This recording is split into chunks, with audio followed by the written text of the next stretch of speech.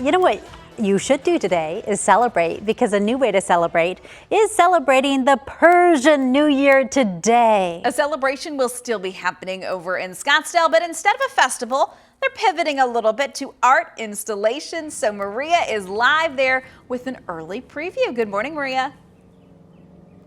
Good morning. So the Persian New Year is not actually until March 20th, but we are getting a sneak peek at the art installations that will be installed at the Scottsdale waterfront in about a month or so when baby is due. So take a look behind, look at how gorgeous these displays are. If you haven't been out to the Persian New Year Festival before, they usually have food and dancing and all sorts of really amazing things to see and learn. So this is an educational experience, and we're in the backyard here in Scottsdale as they put together these displays. I want to introduce you to the founder of the Persian New Year Festival as we pan over and see all of the colorful items on it. It almost looks like an altar. What does this symbolize? So the half scene is made up of 7 things that start with the letter Sin. And so they symbolize everything of the rebirth of a new year. So the new year is the spring equinox.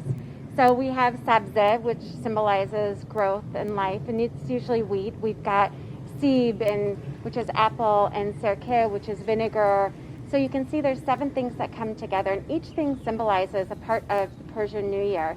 And then there's some other traditional aspects to it, like the mirrors and the candles. That, the mirror represents the sky, and the candles represents fire. And so it's basically the rebirth of life, and that's what the Persian New Year is all about with the spring equinox. And we have some pictures of the assembly of the art installations, but we're taking a more visual look out here live. And each item symbolizes something that helps bring new life, you Correct. Said, right? Yes. Talk to me about the decision to not have a traditional New Year's festival and instead have these displays at the Scottsdale waterfront.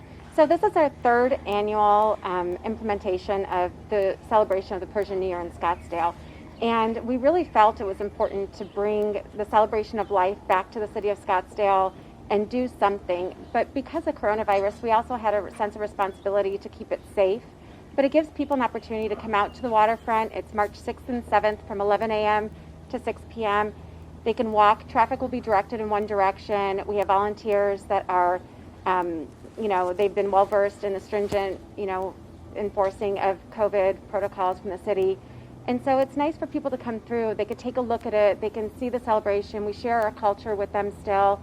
But so more of a walkthrough. So guys, we're a little early. March. So the actual, we got all the dates kind of all over the place. So even though the equinox not till March 20th, this is happening March 6th and 7th. At the waterfront. What time? March 8th through March 31st, we'll be moving it to the Scottsdale quarter, and it will be there for the entire duration of the month of March. And why is it important for you guys to share your culture with Scottsdale?